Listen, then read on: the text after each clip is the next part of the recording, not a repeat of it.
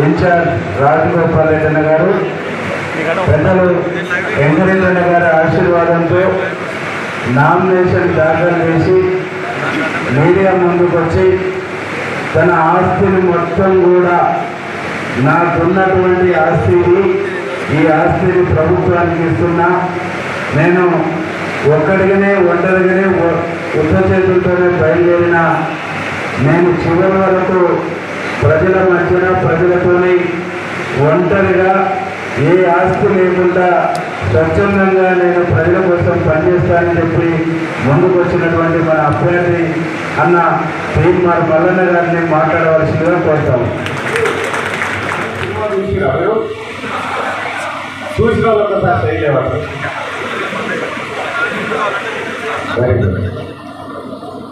తెలుసు పద్మక. ఓకే, బాహుబలి సినిమాలో ఆ రమ్యకృష్ణ గారు ఒక డైలాగ్ అంటారు, ఏంటి? నా మాటే గట్టే చెప్పు, నా మాటే శాసనం. అంటే ఏంటి? శాసనం అంటే చట్టమిగా చట్టం, అదే ఫైనల్.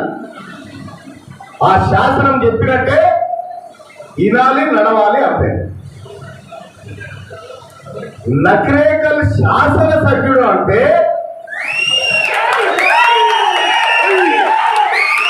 అర్థమైందిగా, అదే ఫైనల్. ఆయన లీడర్గా కాదు,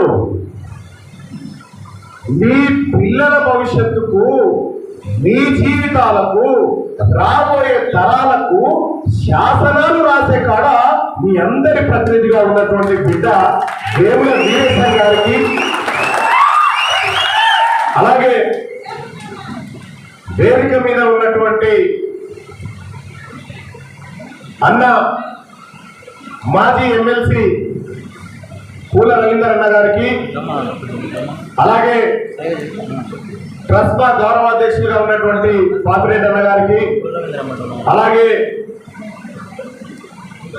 బీసీ కార్పొరేషన్ ఎక్స్ చైర్మన్ చెంబయ్య గారికి, అలాగే దైద రవీంద్ర అన్న గారికి, శ్యామల శ్రీనివాస్ అన్న గారికి, సింగిరెడ్డి మల్లారెడ్డి అన్న గారికి, గుడిపాటి లక్ష్మీనరసింహన్న గారికి, బత్తుల ఊషయ్య గారికి, పెద్ది సుక్కయ్య గారికి, మాద యాదగిరి గారికి, పన్నాల రాఘవరెడ్డి గారికి, కంపసారి శ్రీనివాస్ గారికి, ఏసుపాదం గారికి, అలాగే ఈ కార్యక్రమానికి వరంగల్, నల్గొండ, ఖమ్మం పట్టభద్రుల ఎమ్మెల్సీ ఎన్నికలకు సంబంధించి నకరేకల్ నియోజకవర్గంలో జరుగుతున్నటువంటి ఈ సన్నాహక సమావేశానికి ఇచ్చేసినటువంటి కాంగ్రెస్ పార్టీ కుటుంబ సభ్యులకు, వీరేశమన్న అభిమానులకు, అలాగే ఇతర సంఘాల నుంచి విచ్చేసినటువంటి ఉపాధ్యాయ, ప్రైవేటు, ప్రభుత్వ, అలాగే విద్యార్థి, యువజన సంఘాల నాయకులకు, అలాగే ఇక్కడికి వచ్చినటువంటి వారందరికీ, మాజీ ఉద్యోగులు, ప్రస్తుత పెన్షనర్లుగా ఉన్నటువంటి వాళ్ళందరికీ కూడా మరొకసారి పేరు పేరున ధన్యవాదాలు తెలియజేస్తా ఉన్నా, నమస్కారం తెలియజేస్తా ఉన్నా. అత్త సోదరులందరికీ కూడా ప్రత్యేకంగా ధన్యవాదాలు. చాలా మంది, మీ అందరికీ తెలుసు, మీరు ఎక్కడికి పోయినా, మీరు గ్రామాలలో పోయి వీరేశమన్న తమ్ముడు నిలబడ్డాడు తీన్మార్ మల్లన్న ఎమ్మెల్సీ ఎన్నికల్లో, అన్నా మీరు ఓటేయండి అని అంటే, ఈసారి మేము డిసైడ్ అయిపోయినాం మల్లన్నకి వేద్దామని అంటారు. ఈసారి గెలుపు పక్క. నాకు ఒక 10-20 మంది శుభాకాంక్షలు చెప్పవచ్చు. ఇప్పటికీ అడ్వాన్స్ కంగ్రాచులేషన్స్ అండి.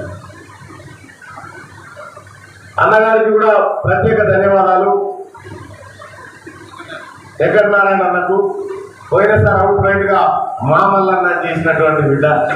అలాగే మీరు అక్కడికి పోతే ఎక్కడికి పోయినా ప్రజలు ఒకటే మాట, పోయినసారి మల్లన్నకు అన్యాయం జరిగింది, పోయినసారి మేమంతా మల్లన్న చేసినాం కానీ భోగ చోట్ల ద్వారా పల్లా రాజేశ్వర రెడ్డి గెలిచిండు అనేటువంటి మాట చెప్తారు. ఎస్ ప్రజలారా, మీ అందరి ఆశీర్వాదం లేకుండా, మీ అందరి ప్రేమ లేకుండా, ముఖ్యంగా మా అన్న వీరేశమన్న, మా పెద్దన్న ప్రేమ లేకుండా అన్ని వేల ఓట్లను నేను సంపాదించేవాడిని కాదు. ఎక్కడో ఓ చోట వాళ్ళు చూసి చూడనట్టు నా తమ్ముడికే కదా అని వదిలిపెడితేనే ఆ రకమైన పోరాటం అప్పుడు చేయడం జరిగింది. మీరు పోండి, గ్రామాలకు పోండి, పట్టభద్రులను కలవండి. అసలు ఈ ఉప ఎన్నిక ఎందుకు వచ్చింది? ఎందుకోసం వచ్చింది పట్టభద్రుల ఎమ్మెల్సీ ఉప ఎన్నిక? బీఆర్ఎస్ పార్టీ వాళ్ళు ఈ పట్టభద్రుల ఎమ్మెల్సీ పదవి నాకెందుకని పల్లా రాజేశ్వర్ రెడ్డి నడిమంత్రాల కాడెత్తేసి పడేసి పోతే వచ్చింది. అవునా కదా? పట్టభద్రులను వాళ్ళ ఆశయాలను 6 ఏళ్ల కాలం పాటు మోస్తాని ఎత్తుకున్నటువంటి పల్లా రాజేశ్వర్ రెడ్డి నడిమంత్రాన ఈ ఆస్ట్రాల్ పదవి నాకెందుకు, ఈ ఆస్ట్రాల్ వీళ్ళ భక్తులతో నాకెందుకని నడి రోడ్డు మీద పట్టభద్రులను వదిలిపెడితే ఈ ఉప ఎన్నిక వచ్చింది. ఈ ఉప ఎన్నిక వచ్చే కంటే ముందు కూడా 3 ఏళ్ల కాలం పాటు, మొదటిసారి గెలిచిన తర్వాత 3 ఏళ్ల కాలం పాటు ఉన్నటువంటి పల్లా రాజేశ్వర్ రెడ్డి ఏ ఒక్క ఉపాధ్యాయ సంఘాన్నైనా, ఏ ఒక్క పేదవాడినైనా, ఏ ఒక్క నిరుద్యోగినైనా కనీసం ముఖ్యమంత్రి గారిని కల్పించే ఏర్పాటున్నా చేసిందని నేను అడుగుతా ఉన్నా. ఒక్కరిని కల్పించలే.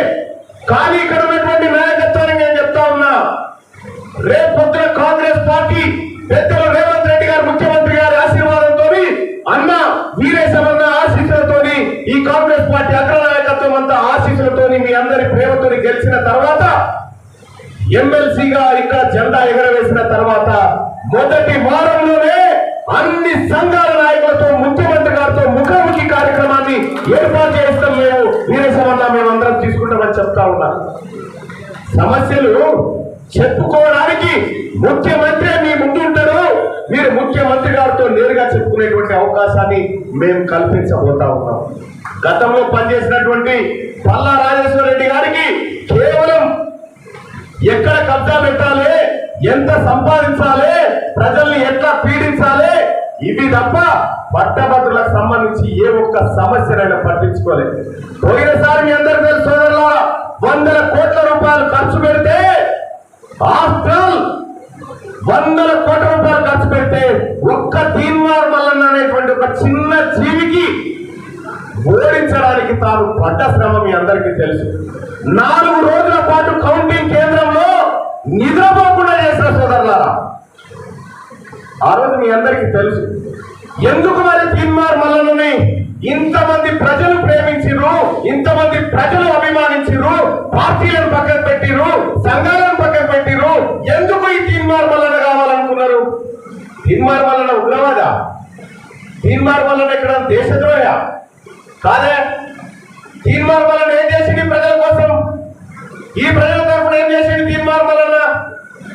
ఇప్పటిదాకా అందరూ చెప్పినట్టుగా కేసీఆర్ ఆ రోజు విపక్షాలను మన కట్టంగూరు సంతలో పశువులను కొన్నట్టుగా కొంటా ఉంటే, ఈ ప్రజల తరఫున మాట్లాడాల్సినటువంటి వ్యక్తి లేకపోతే, ఈ ప్రజల హక్కుల కోసం మాట్లాడాల్సినటువంటి ప్రతిపక్షం లేకపోతే, ఆయన తీన్మార్ మల్లన్న అనేటువంటి మీ బిడ్డ ఒకడు బయటికి వచ్చి దండానికి పేపర్లు కట్టి కేసీఆర్ ను ఇట్లా ఆరేసుకుంటూ వచ్చి నీ కథేంద్ర ఇలా సంగతి పోవాలా, ఈ ప్రజలంతా ఇలా గంగలబడి సావతారని అడిగారు.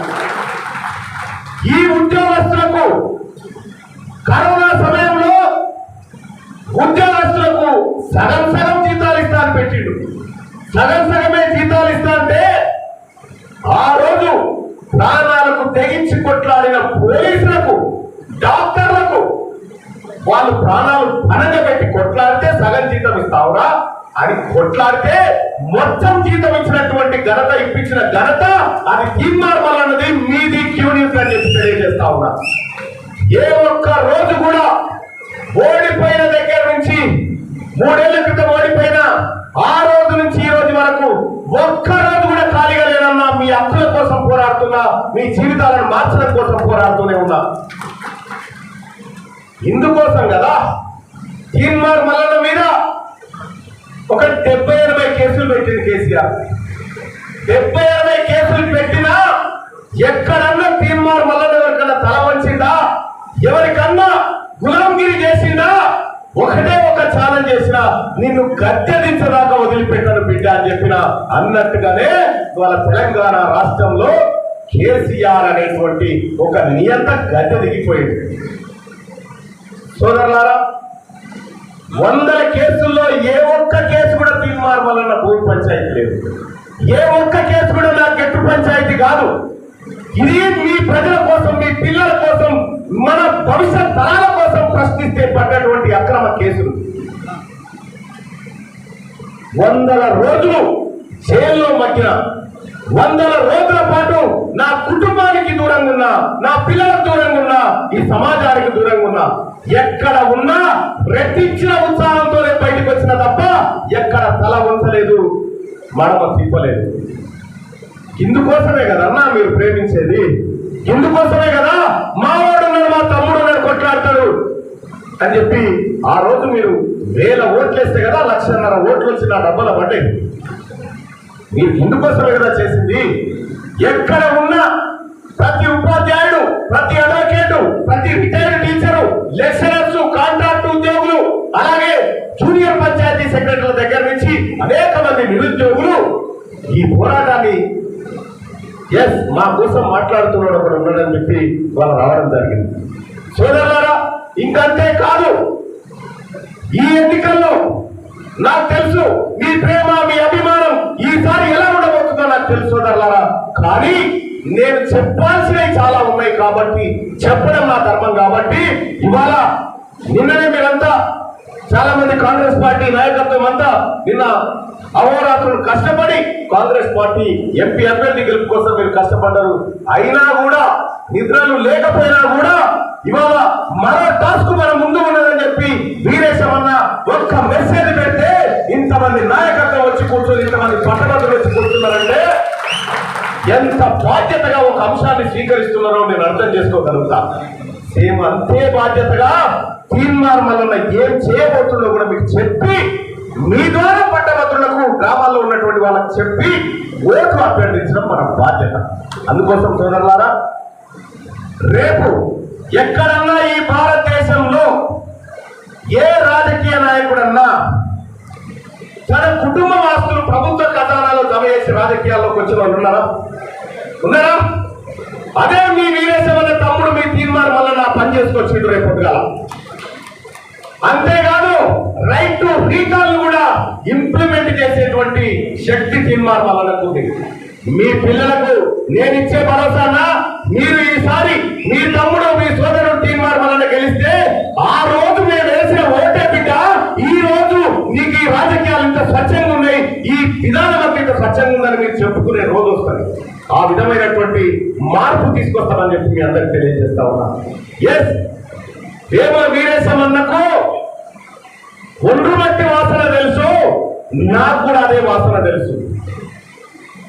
ఆయన ఎన్ని కష్టాలు పడి, ఎన్ని నష్టాలు పడి, ఎన్ని నిర్బంధాలను ఎదుర్కొని ఇవాళ నకరకల్ గడ్డ మీద మీ అందరూ ఛాతి విరిచి నాన్నని చెప్పుకునేటువంటి స్థాయికి ఎదగలిగిందంటే, రేపు పొద్దుగాల మీరు ఆ బిడ్డ పైన పెట్టుకున్నటువంటి నమ్మకాన్ని ఈ తీర్మానం వలన కూడా సంరక్షించి కాపాడి అదే నమ్మకాన్ని నిలబెడతారని మా అన్న సాక్షిగా చెప్తా ఉన్నా, నా అమ్మ నాన్న సాక్షిగా కూడా చెప్తా ఉన్నా. సోదరులారా, మీరు గ్రామాలలో పోయి 14,800 ఓట్లు ఈ పట్టభద్రుల ఎమ్మెల్సీ ఓట్లున్నాయి. ఈ 14,800 ఓట్లలో నాకు వీరేశమన్న ఇప్పుడే లేచి మాటించిండు, 14,000 ఓట్లకు నాది బాధ్యత, మా కార్యకర్తలది బాధ్యత అని చెప్పిండు. ఆ 800 కూడా ఎట్లా పోతాయని నేను అడుగుతున్నా. పోలు కాకుంటేనా? సోదరులారా, ఎందుకు పోతాయి? పోకూడదు కదా. ఇది నకరేకాలు, ఇది వీరేశమన్నట్ట.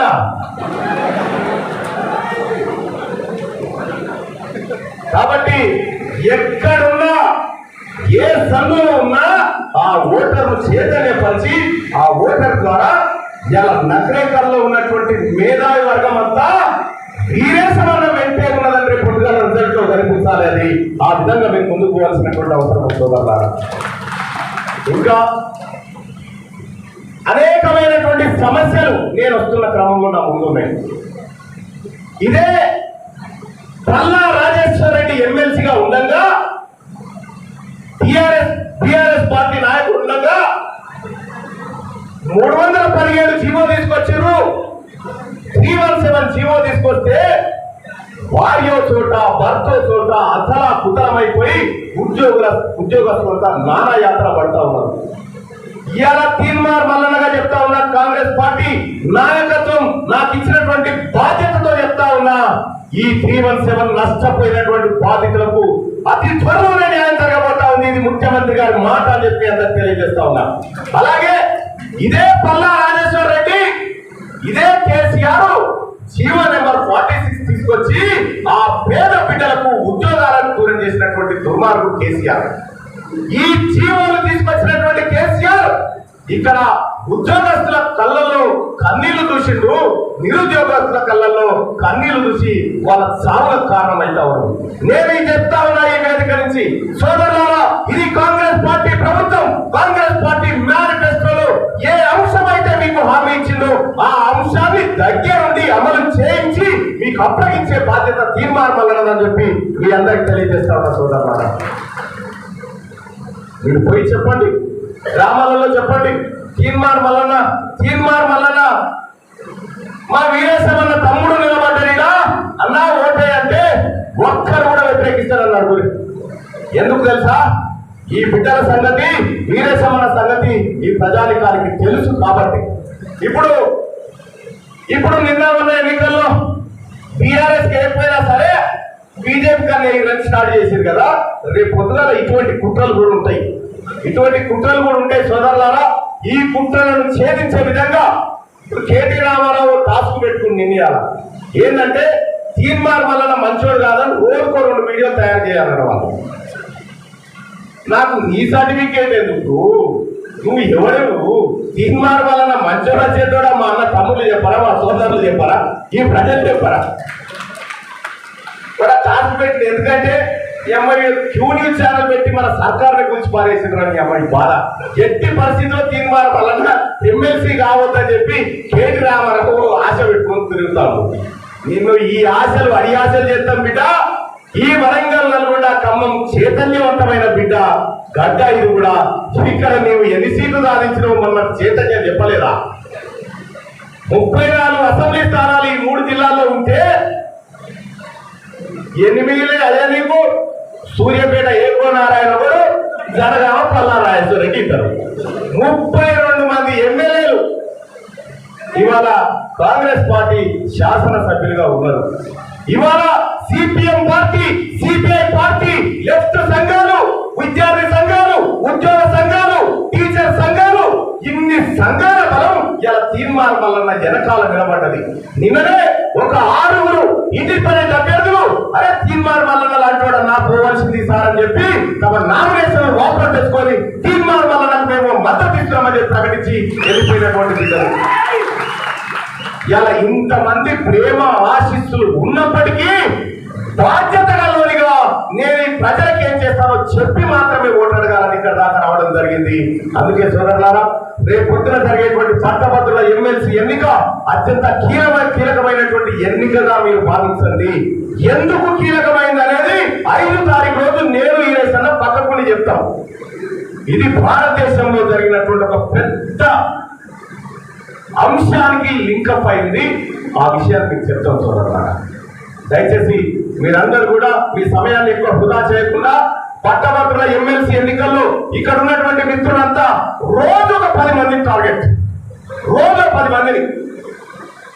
మీ ఊర్లో ఎంతమంది మీకు సపరేట్ గా గ్రామాల వారిగా లిస్టు కూడా ఇచ్చారు కాబట్టి ఆ లిస్టుకి సంబంధించినటువంటి ప్రతి గ్రామ శాఖ అధ్యక్షుడు ప్రతిరోజు మానిటర్ చేసే విధంగా, అక్కడి నుంచి మండలాధ్యక్షులకు వివరించే విధంగా, మండలం నుంచి ఈరేసన్న టేబుల్ మీదకి సాయంత్రం కల్లా జరిగిన రిపోర్ట్ అంతా వస్తే అక్కడి నుంచి గాంధీ భవన్ లో ఉన్నటువంటి వార్ రూమ్ కి ఎప్పటికప్పుడు సమాచారం చేరే విధంగా ఈ వ్యవస్థ నడవాలి.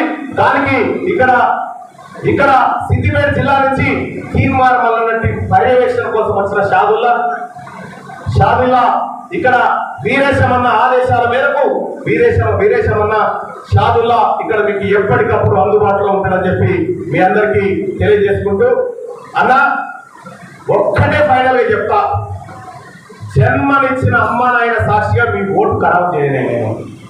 ఇదే ఫైనల్. ధన్యవాదాలు. మనందరి తరఫున మనస్ఫూర్తిగా ధన్యవాదాలు. కాంగ్రెస్ పార్టీ అభ్యర్థిగా పెద్దలు రేవంత్ రెడ్డి గారు నిర్ణయించడం, ఈ జిల్లా మంత్రివర్యులు వెంకరెడ్డి అన్న చేతుల మీద నామినేషన్ వేయటం, మేము 14,000 ఓట్లు నీకు ఇస్తామని చెప్పేసి మాటిస్తున్నాం.